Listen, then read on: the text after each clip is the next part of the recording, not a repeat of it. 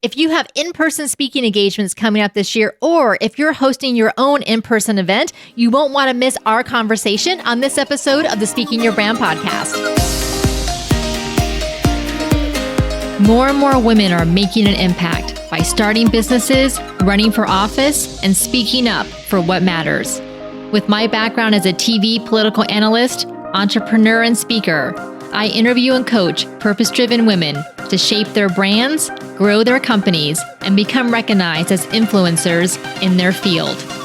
This is Speaking Your Brand, your place to learn how to persuasively communicate your message to your audience.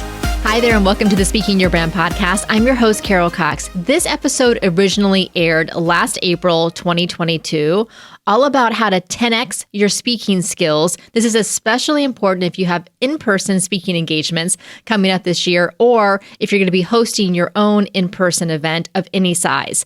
This was originally recorded right after we had held our in-person client retreat speaking intensive last April 2022 in Orlando, Florida. It was so much fun and so transformative to the women who attended that I invited two of them to join me on this conversation that was originally held on LinkedIn Live. So you're going to hear that in the episode, like me calling out people who are in the chat. What we talk about is just as relevant today as more in-person events and conferences are coming back in 2023. If you would like to 10x your speaking skills to take your content and delivery from good to great, you're going to want to come to our next in-person client retreat speaking intensive that we're holding at the end of February, coming up very soon in Orlando, Florida. It's 3 days that you spend with us. And on the first day, you're going to be working on your speaking segments that you're going to film on the third day. So we're going to help you actually come up with that really compelling opening, that inspiring closing, how to tell your story in a really compelling manner. And so we're going to work on the content part of that on day one, as well as some practice on our stage.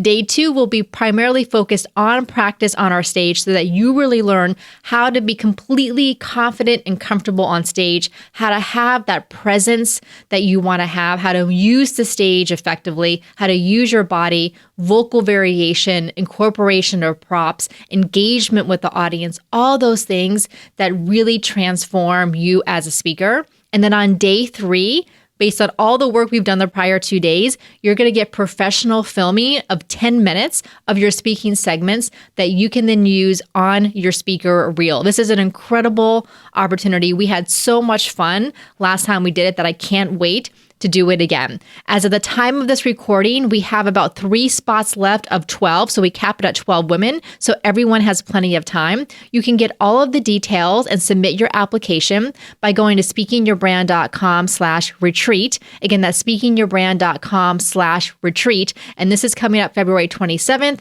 28th, and March 1st, 2023 in hopefully sunny and probably a lot warmer than where you are, Orlando, Florida. Now, let's get on with the show. Hi, everyone. Welcome to Backstage with Speaking Your Brand. I'm Carol Cox, founder and CEO of Speaking Your Brand. Thank you so much for joining us today. If you are a speaker and you have in-person speaking engagements coming up, or if you're planning an in-person event, you do not want to miss this conversation we're having today. Joining me is our lead speaking coach, Diane Diaz. Hello, everybody. And two of the women who attended our in-person client retreat speaking intensive last week that we held in Orlando, Florida, Betsy, Jordyn, and Joy Spencer. Hi. Hey. Thank you so much for joining us today. And if you are watching on LinkedIn, let us know in the comments, say hi. Whether if you're watching live or watching the replay, let us know. And we are also happy to take your questions along the way. It has been a very long 2 years of the pandemic where we have been pretty much speaking virtually, and that has been it. So when we decided to do the client retreat in the spring, we knew we really wanted to focus on in-person delivery because let's face it, we're a little rusty, all of us, from having to actually stand in front of people live in person and deliver our talks versus the comfort of Zoom, which we've all gotten used to over the past 2 years. So that was the premise behind the retreat that we held last week. So I want Betsy and Joy to first share the takeaways that they got, not only from the experience itself, but also the takeaways they got from the speaking instruction and the coaching. And then later on in the conversation, Diane and I will share from our perspective as planners of the event and as speaking coaches, the takeaways that we saw from the women who attended. Joy, I'm going to kick it off with you. Why did you decide you wanted to come to the retreat in the first place? Well, I realized that it had been 2 years and I actually had never met you and Diane or a lot of people at Speaking Your Brand in person. So I was like, yeah, this would be a great opportunity to get back in person. I've been meeting up with people in person, friends for brunch, because I never miss brunch, but I haven't done any professional meetups. And so I was really excited to get a chance to connect and work on the speaking that I've been doing on the podcast and on webinars to work on it live. Because as you know, I started working with you just before the pandemic hit, and I was supposed to go on the road and find live places, and it happened. And I've never actually had a chance to do live speaking events from the time that I started working with you. So I was really looking forward to that opportunity to do that and to get put on film. Joy is the host of the podcast called Reframe to Create, an excellent podcast, highly recommended. And Joy is also a storytelling coach of her own. Yes, I am. Betsy Jordyn. Betsy has a podcast called Enough Already, another fantastic podcast. And Betsy is what I call a brand whisperer. She is so good at really getting to the essence of who you are as a brand and how you can bring your strengths and your gifts to the work that you do. Betsy, why did you decide to come to our retreat last week? First off, thanks for the compliment, especially from Speaking Your Brand and the former brand teacher. So I definitely take that. So what I've been struggling with in terms of like my career trajectory or my business trajectories, I've been hovering at that expert place for a long time, and I wanted to kick over because to me, I've spoken to large audiences, but in a training sort of way or a facilitation sort of way. And I know that there's a different kind of vulnerability where you're telling your own story and you're up on that kind of stage where you're just not hiding behind your knowledge and everything else. So I knew I needed a container to continue to kick me up to that next level and to understand how to share what I want to share from a storytelling sort of way rather than let me tell you my 3 points to whatever, which I could do in my sleep. But, let me tell you about why I care about these 3 points. Like, okay, I want to die. And for those of you who are watching us right now, let us know in the comments if you can relate to this idea of feeling like you're really comfortable being the expert and sharing your strategies and your tips, but maybe haven't had as much experience or haven't done as much storytelling in your speeches and your presentations. Joy, let me go back to you. During the instruction that we provided over those 2 days and the speaking coaching during the practice, what do you feel like you learned the most about in-person delivery?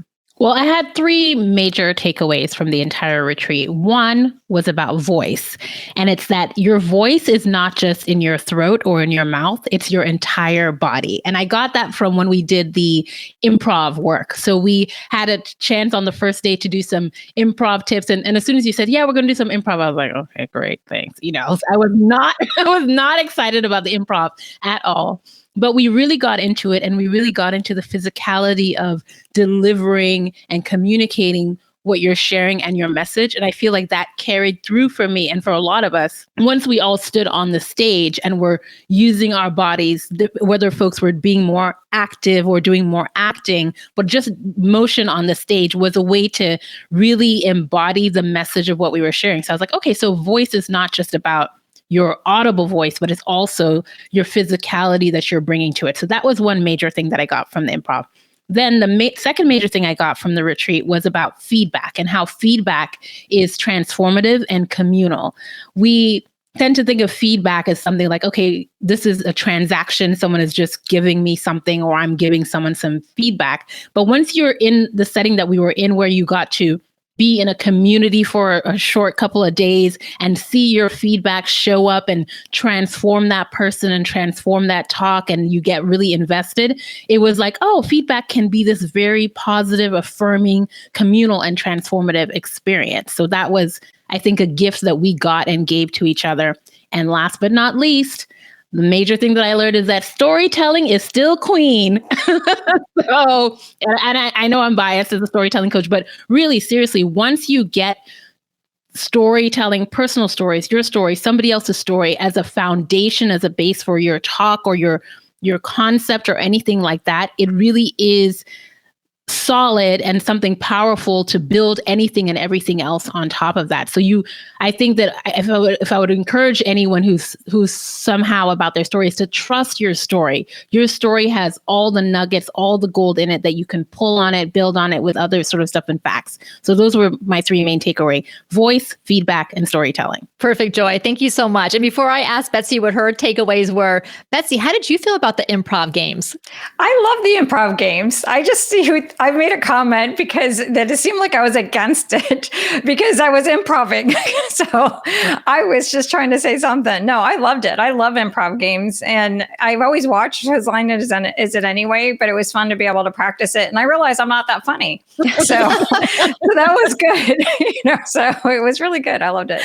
All right. So yeah, the improv, the reason that I had you all do the improv games was one, just to kind of move our bodies around and move our energy around and to get to know each other a little bit better in a kind of a fun way. And then also, as to Joy said, the physicality of it as speakers. And, for those of you who came to the retreat, those of you who listen to the Speaking Your Brand podcast in our community, a lot of us tend to be very much in our heads. We're logical, analytical, we're strategic, we create great content, we know our strategies, we know our expertise. And so we tend to live in our heads, and therefore we tend to speak from our heads instead of getting into our bodies and literally embodying our message and then sharing that energy with the audience, which is why I have found improv to be so valuable in recognizing that I have this whole other part of myself that can be used to transmit my message beyond just what's in my head. Betsy, what were your key takeaways from the instruction and coaching that you got? Well, I would echo what Joy said and what you just said, this whole idea of embodying the message. But I feel like we got that from the improv, but also your coach, who you had. I just lost her name. Oh, Pooja Madan. Yes. To me, that was hugely impactful. Like kind of talking through like your audience is already there. It's handpicked for you. And that you have an obligation in some ways to share your message. So there was something about the combination of the improv and that message where I stopped caring if I did it wrong or I'm not as seasoned in terms of storytelling. Is I'm just going to take where I'm at right now and just go like one step further. Like I don't need to get like substantially better. Like I'm not going to be to Joy's level. Joy's, by the way, is an amazing storyteller. Oh my gosh. She's hashtag storyteller goals, she's that person. And I'm okay that I'm not at Joy's level. I just wanted to be a little bit better than where I was at. And so that's where that embodying the message, just gave me a more realistic expectations of like, well, where's my starting point in terms of storytelling? So that was like one big takeaway. The second is learning through example.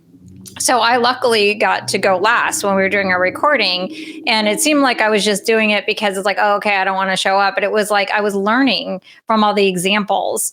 And so there was something about like seeing example after example, like, okay, that's what it looks like. There's one thing to have like the theory around this is what it looks like, the voice framework of what's the framework that we're talking about?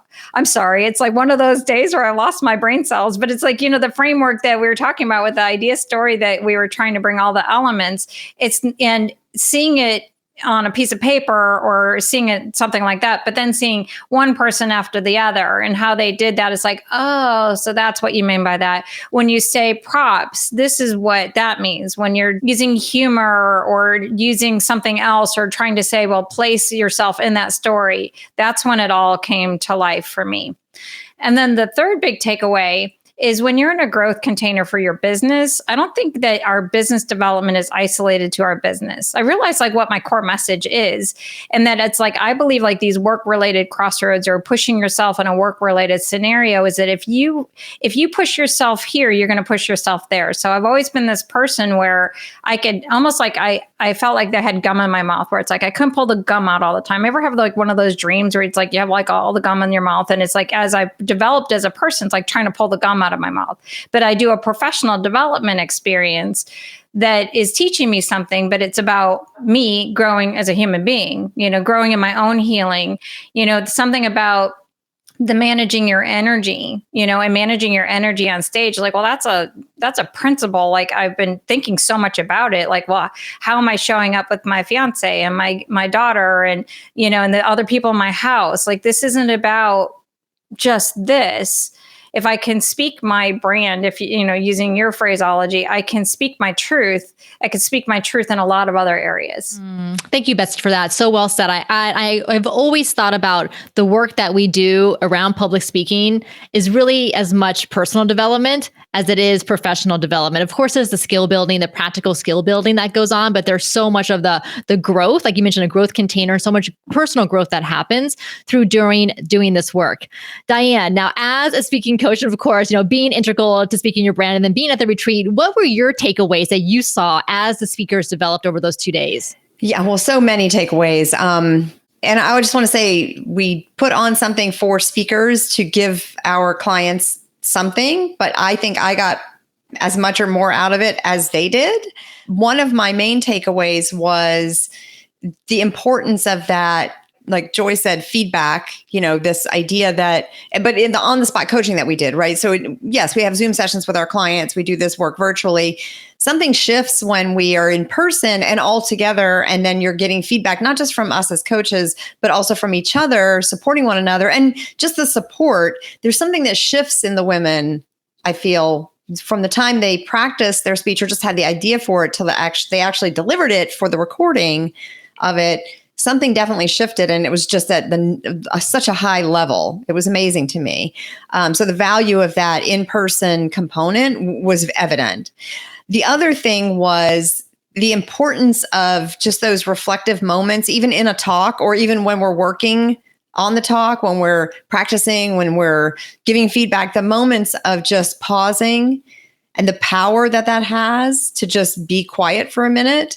So it has a lot of power in just, reflecting on the talk that you're creating, but also when you're delivering it, there's power in it that impresses upon the audience whatever the point is that you're trying to make. So quiet has so much power, but I think we forget that because we're literally speaking, right? So we forget that quiet has power too. So that was one of my big takeaways from that. And also, as an introvert, I grew obviously accustomed to being home all the time, working from home, not seeing people.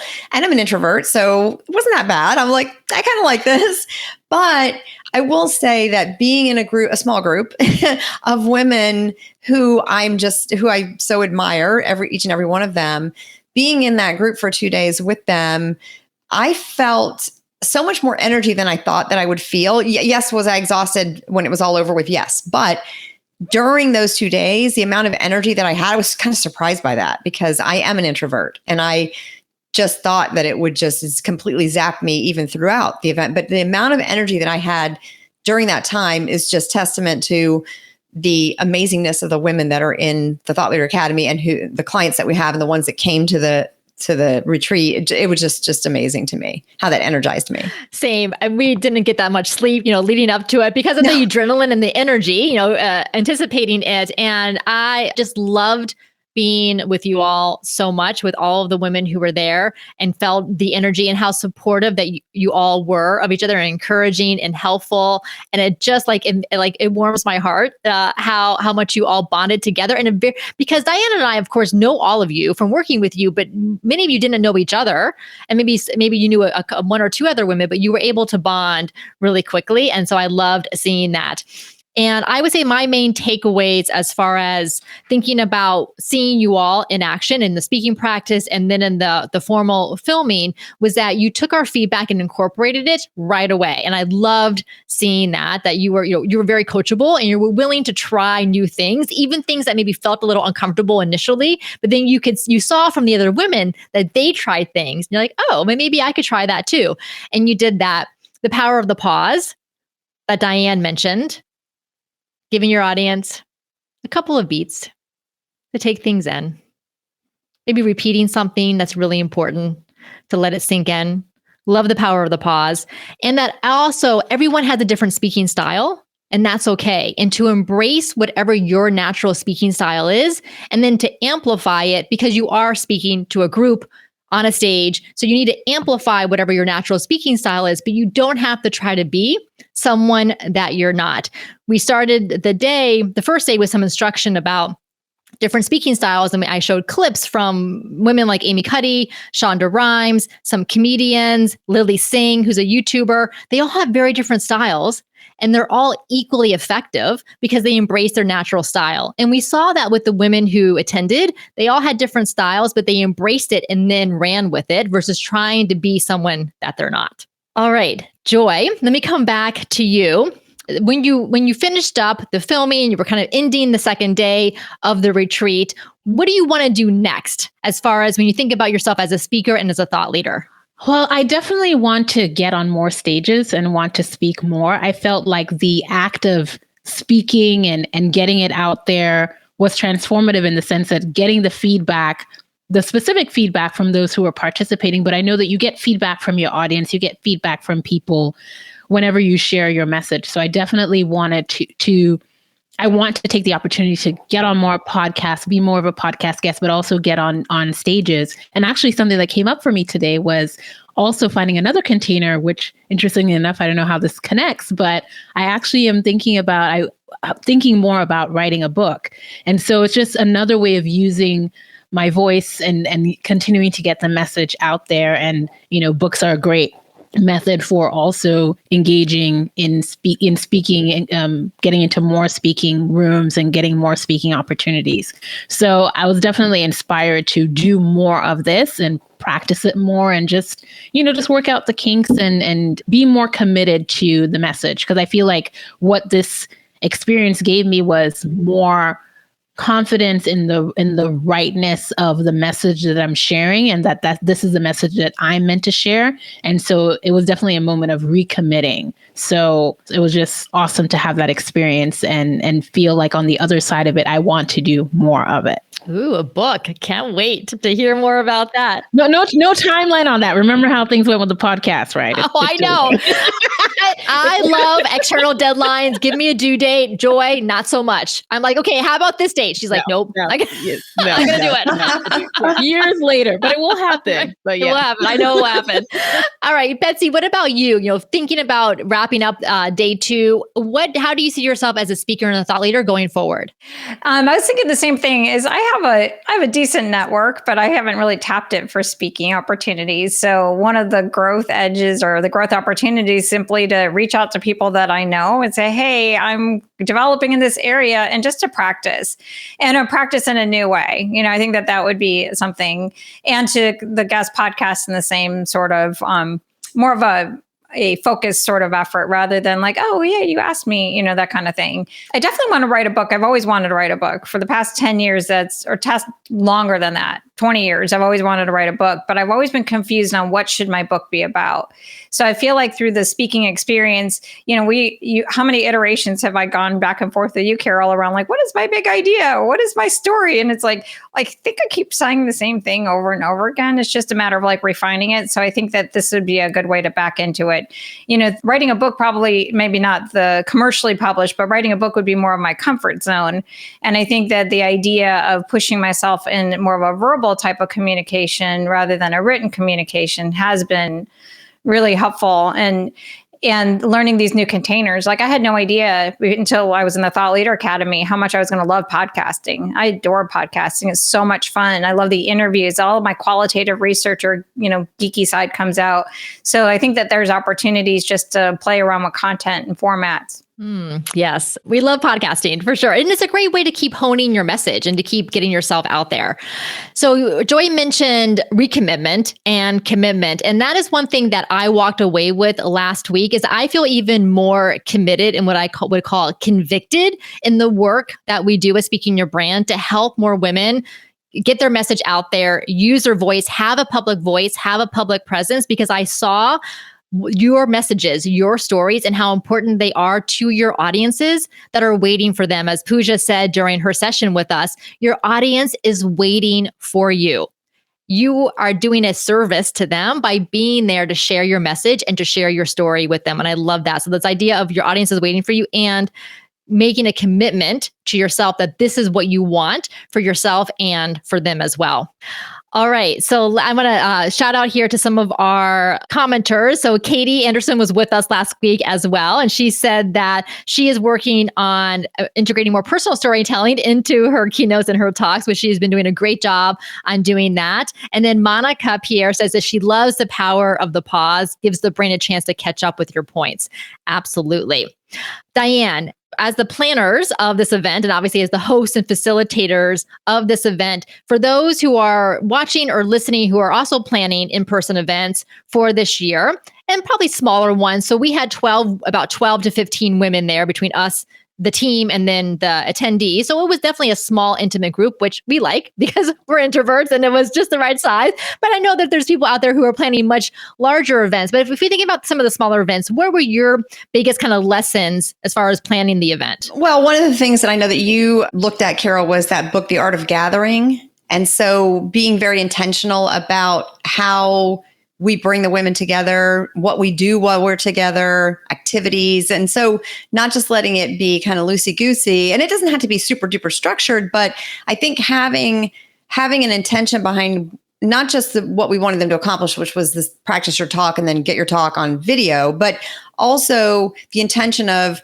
connecting with one another, the exercises we did to kind of get into your body and get, a little more movement, even the dance breaks and having a playlist. And the music was definitely fun. Yeah. You loved them, Betsy, don't lie. Yes. All of those things, I think the intentionality behind it, I think is really important. So I think it's important to sit down as a team when you're planning an event and think about, what do you want it to be? How do you want the people to connect? What do you want them to get out of it, aside from the main objective, which was the recording? But I think that is one of the things that ended up making it such a powerful gathering, is we really were intentional about how we gathered. Yes, I'm so glad you mentioned that, Diane. And what happened was I read through The Art of Gathering, which I had read several years ago, but I went back to it. And then as I was preparing the agenda, as far as the details for those 2 days, I put at the top what the purpose of this whole event was for. Like, why were we doing this? And the purpose I put was to help those who were coming to believe in themselves as the speakers they want to be, and as the speakers they know they can be. So yes, we're giving them very practical instruction and feedback, but really I wanted to kind of cement in you all the belief that you can do this and that we need you to do this. We need you out there as a woman with a public voice. And then what I did is I printed out, we have this like attendees at a glance page that was in the workbook that we ended up creating and handing out. But I had created this page ahead of time and I printed this out. And as I was working on things for the retreat, I looked at the women who were on here and said, we are doing this for them. That is my focus. And that just helped so much to kind of step away from the kind of the logistics, which is important, but really think more about the feeling and the transformation that we wanted to happen. And Diane mentioned like the dance breaks and things. So we had an agenda. We kind of knew what we wanted to cover hour by hour. But as the host, and the same thing for you as speakers, you also have to be tuned to the energy of the room.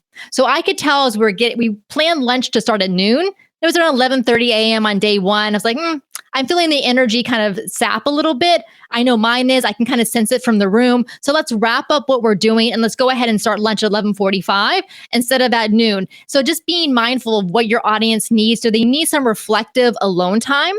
Or do they need that dance party to bring the energy back up? So that's one thing just to keep in mind, again, as a speaker, as a host, as you go along. All right. So any final thoughts before we wrap up for today? Oh, let me say one thing before we do that. So I had joked around for the past couple of months that, are we going to do another event? Because obviously event planning is a lot of work. And Diane and I we do not love event planning. Some people love it. We do not love it. We love being there. This is why we're speakers, because we like showing up at other people's events where everything is already done. But I will say we loved it so much. We are definitely going to be doing another event early next spring, probably late February or early March. So we will definitely be doing another one because we've seen the impact being in person and getting that on the spot coaching and feedback and getting that practice makes. Someone wrote on their feedback form, because of course we handed out feedback forms at the end, that they felt like it 10x'd their speaking by being in person and being able to do that versus just on Zoom. So we know the power of this. So we're excited to bring this to you again next spring. All right, Betsy had to leave, but Betsy, thank you so much for being here and for sharing your experiences. Make sure everyone to connect with Betsy on LinkedIn. Joy, Spencer, thank you so much for being here as well. Be sure to connect with Joy on LinkedIn and listen to both of their podcasts.